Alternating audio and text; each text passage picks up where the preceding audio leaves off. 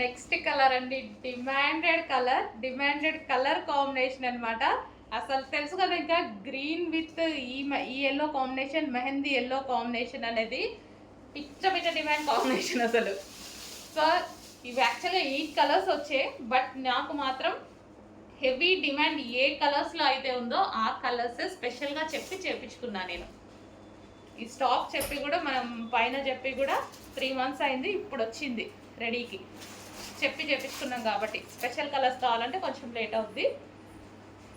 So green and yellow combination, mehndi yellow, yellow అంటే mehndi green, sorry.